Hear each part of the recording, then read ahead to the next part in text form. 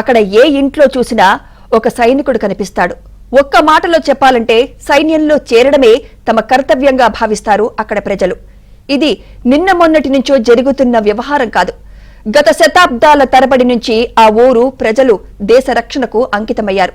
అయితే ఆ ఊరు ఎక్కడ ఉంది, ఆ గ్రామం పేరేమిటో తెలియాలంటే లెట్స్ వాచ్ ది స్టోరీ.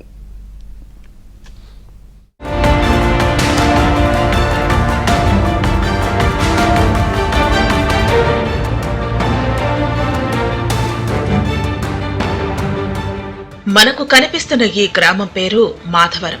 ఈ గ్రామం పశ్చిమ గోదావరి జిల్లా తాడేపల్లిగూడెం మండలంలో ఉంది. కానీ మిలిటరీ మాధవరం అంటేనే అందరికీ సుపరిచితం. ఆ ఊరికి అంతటి ఘనచరిత్ర ఉందంటే మామూలు విషయం కాదు. ఆ ఊరు ప్రజలందరూ దేశ రక్షణకే అంకితమయ్యారు. ప్రతి ఇంటి నుంచి కనీసం ఒకరైనా దేశ రక్షణ వ్యవస్థలో భాగస్వాములై ఉంటారు. కొందరు మిలిటరీలో చేరి సేవలందిస్తే మరికొందరు నేవీ, ఎయిర్ ఫోర్సులలో చేరి తమ సేవలందిస్తున్నారు. ఈ గ్రామంలో సాధారణ సైనికుడి దగ్గర నుంచి కల్నల్, వింగ్ కమాండర్, లెఫ్టినెంట్ స్థాయి వరకు వివిధ హోదాల్లో త్రివిధ దళాల్లో పనిచేస్తున్న వారే ఉన్నారు. ప్రస్తుతం గ్రామానికి చెందిన వారు దాదాపు 380 మంది వరకు త్రివిధ దళాల్లో పనిచేస్తున్నారంటే ఈ గ్రామవాసులు దేశ రక్షణకు ఎంత ప్రాధాన్యత ఇస్తారో ఇట్టే అర్థమైపోతుంది.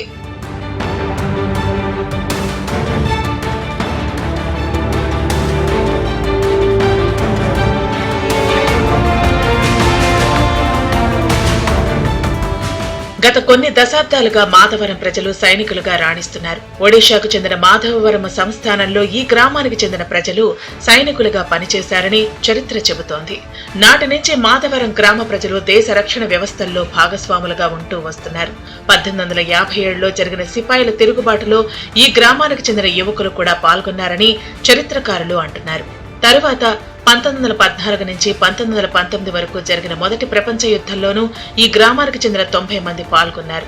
వారిలో ఒకరు వీర మరణం పొందారు. తర్వాత 1939 నుంచి 1944 వరకు జరిగిన రెండో ప్రపంచ యుద్ధంలోనూ మాధవరం గ్రామానికి చెందిన వారు ఏకంగా 1110 మంది పాల్గొన్నారు.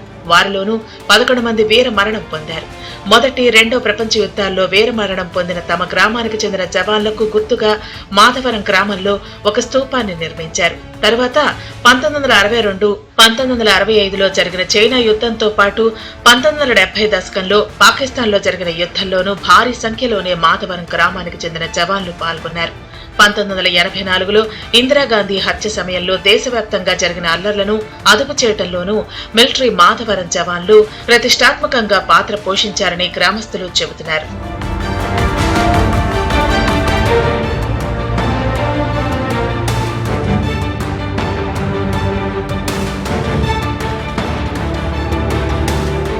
మరోవైపు 1990 దశకంలో శ్రీలంక వెళ్లిన ఇండియన్ పీస్ ప్రొడక్షన్ ఫోర్స్ లోనూ మాధవరంకు చెందిన జవాన్లు ఉన్నారు.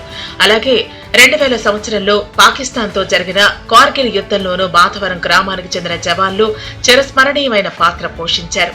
అలా అన్ని యుద్ధాల్లోనూ మాధవరం జవాన్లు పాల్గొనడం ద్వారా తమ గ్రామానికి ఒక ప్రత్యేక గుర్తింపు తెచ్చారు. ఈ గ్రామంలో కనీసం ఇంటి నుంచి ఒకరు మిలిటరీలో చేరటం పరిపాటిగా వస్తోంది. కొన్నేళ్లలో అయితే తాత ముత్తాతల నుంచి త్రివిధ దళాల్లో పనిచేస్తూ వస్తున్నారు. ఈ గ్రామ ప్రజలు ఏ విధంగా మారిపోయారు అంటే బిడ్డ పుడితే చాలు మిలిటరీలో చేర్చడమే తమ బాధ్యతగా భావిస్తున్నారు. దీంతో ఈ గ్రామ ప్రజలకు దేశ రక్షణ పట్ల ఉన్న చిత్తశుద్ధి ఇట్టే అర్థమవుతుంది. కొందరు తల్లులకు ఒక మగబిడ్డ ఉన్నా సరే మిలిటరీలో చేర్చారు. అలా తమ పిల్లలు దేశ రక్షణకు పాటుపడటం తమకు ఎంతో గర్వకారణంగా ఉంటుందని వారంటున్నారు. మా ఊరి యొక్క ఇది ఏంటంటే ప్రతి కోర్లోనూ ఆర్మీలో మీరు ఎక్కడికి వెళ్ళినా సరే ప్రతి రెజిమెంట్లోనూ ఒకళ్ళిద్దరు వాళ్ళు కలుస్తారు. మాధవరం లేనటువంటి యూనిట్ అంటూ ఏది ఉండదు. అదేవిధంగా ఈ మాధవరానికి మెయిన్గా ఇంత యుద్ధాలు జరిగినా కానీ మీకు చెప్పాను 1010 మంది 90 మంది. దాని తర్వాత కార్గిల్ వార్ జరిగింది, ఆపరేషన్ రక్షక్ 1, రక్షక్ 2 జరిగినాయి. వీటన్నిటిలో కూడా బ్లూ స్టార్ ఆపరేషన్ జరిగింది. మొదటి వరల్డ్ వార్ వచ్చినప్పుడు దాంట్లో మా ఊరి నుంచి 90 మంది మొదటి ప్రపంచ యుద్ధానికి వెళ్ళి దాంట్లో ఒకరు ఆసువులు బాసారు. అదేవిధంగా రెండవ ప్రపంచ యుద్ధం వచ్చింది, దాంట్లో కూడా 1010 మంది పాల్గొన్నారు.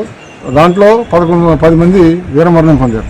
సో ఇలాగా మొదటి ప్రపంచ యుద్ధం, రెండవ ప్రపంచ యుద్ధం యొక్క స్తూపాలు, స్మారక స్తూపాలు మాధవరం గ్రామంలో నిర్మించబడి ఉండేవి.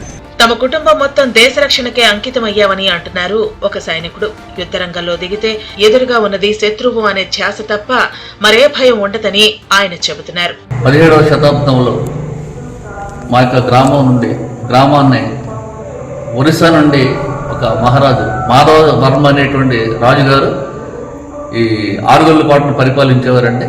ఆ టైంలో వారికి అడ్మినిస్ట్రేషన్ సంబంధించి మా మాధవ నుండి అనేక మంది వాళ్ళ కోట యొక్క సెక్యూరిటీ కోసం ఇక్కడి నుంచి వెళ్ళడం జరిగింది.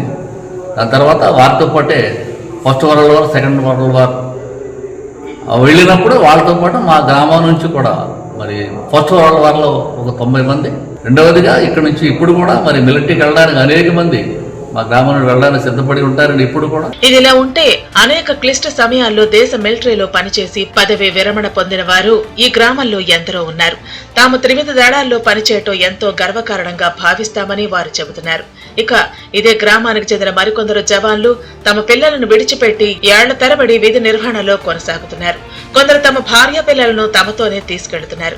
ఇక సరిహద్దుల్లో పనిచేసేవారైతే అక్కడ పరిస్థితి బాగా లేకపోతే తమ భార్య పిల్లలను స్వగ్రామానికి పంపించేస్తారు. ప్రస్తుతం ఈ గ్రామంలో మిలిటరీ నుంచి రిటైర్డ్ అయిన వారు దాదాపు 1800 మంది వరకు ఉన్నారు. ప్రతి ఒక్కరికి కూడా తపన ఏంటంటే దేశ సేవ చేయాలి. దేశ సేవ చేయాలంటే అందరి వల్ల కూడా కాదు. ఈ యొక్క మాధవరం గ్రామంలో మన వెస్ట్ గోదావరి జిల్లాలో చాలా ప్రసిద్ధి చెందినటువంటి ఒక ఊరు ఉందంటే అది మిలిటరీ మాధవరం. కానీ ఆ మిలిటరీ మాధవరానికి ఇంకా గజిట్ అవ్వలేదు. మేము గజిట్ కోసం మాణిక్యరావు గారు ఎంతో కృషి చేసాం. సార్ కూడా కృషి చేస్తాను అవుతుందని అన్నారు, కానీ అది అవ్వలేదు. మరోవైపు బ్రిటిష్ హయాంలో సైన్యంలో చేరటానికి ఇక్కడే రిక్రూట్మెంట్ సెంటర్ కూడా ఉండేది. అదేవిధంగా వారి హయాంలోనే ఒక లైబ్రరీని కూడా ఏర్పాటు చేశారు. అయితే ప్రస్తుతం రిక్రూట్మెంట్ సెంటర్ ను ఎత్తివేశారు. దానికి తోడు కేంద్ర ప్రభుత్వం ఇటీవల తీసుకువచ్చిన అగ్నివీర్ పథకం వలన గ్రామానికి చెందిన కొందరు యువకులు మిలిటరీలో చేరటానికి వెనుకడుగు వేస్తున్నారు. అగ్నివీర్ పథకం ద్వారా సైన్యంలో చేరిన వారు 4 ఏళ్లు మాత్రమే పనిచేయాల్సి ఉంటుంది. దీంతో ఆ తర్వాత భవిష్యత్తు ఏంటనే అనుమానంతో పలువురు యువకులు మిలిటరీలో చేరటానికి ఆసక్తి చూపించడం లేదని మాజీ సైనికులు అంటున్నారు. ఎప్పుడు వాలంటరీగా వెళ్ళేవారు, ఇప్పుడు ఈ అగ్నివీర్ పథకం వచ్చిన తర్వాత చాలా ఇబ్బంది పడుతున్నారు. ఎందుకంటే 4 సంవత్సరాలు మనం వెళ్ళి మళ్ళీ వచ్చి ఈ యొక్క దుబాయ్ వెళ్ళొచ్చినట్టుగా ఉంటుందని చెప్పి మా ఊరి నుంచి కొంచెం తగ్గడం జరిగిందండి. ఏంటంటే ఎప్పుడు వాలంటీర్ చేసి వెళ్ళేవాళ్ళు కొంచెం ఆలోచించి వెళ్ళాల్సి వస్తుంది. 4 సంవత్సరాల తర్వాత మనం వచ్చి ఏం చేయాలి, తర్వాత ఏం అవుతుంది అనేది కూడా ఆలోచించి దుబాయ్ టైంలో వచ్చేసింది. అచేత ఎవరు అంత ఇంట్రెస్ట్ తీసుకోవడం లేదు. ఈ మధ్యన వెళ్ళటానికి కూడా ఆలోచిస్తున్నారు. ఇప్పుడు ఎక్కువగా ఏంటంటే బిఎస్ఎఫ్, సిఆర్పిఎఫ్ జనానికి వెళ్ళడానికి ఇంట్రెస్ట్ పడుతున్నారు. ఎందుకంటే అది సర్వీస్ ఉంది. మొత్తానికి ఏదెలా ఉన్నా ఇది మిలిటరీ మాధవరం గొప్పతనం. ఈ గ్రామం గురించి ఎంత చెప్పుకున్నా తక్కువే అనిపిస్తుంది. దేశ రక్షణ కోసం ప్రాణాలు సైతం లెక్క చేయకుండా బాధ్యతలు నిర్వర్తిస్తున్న ఈ గ్రామ జవాన్లు, వారి తల్లిదండ్రులకు గణతంత్ర దినోత్సవం సందర్భంగా ఏబిఎన్ ఆంధ్రజ్యోతి ప్రత్యేక అభినందనలు తెలుపుతోంది.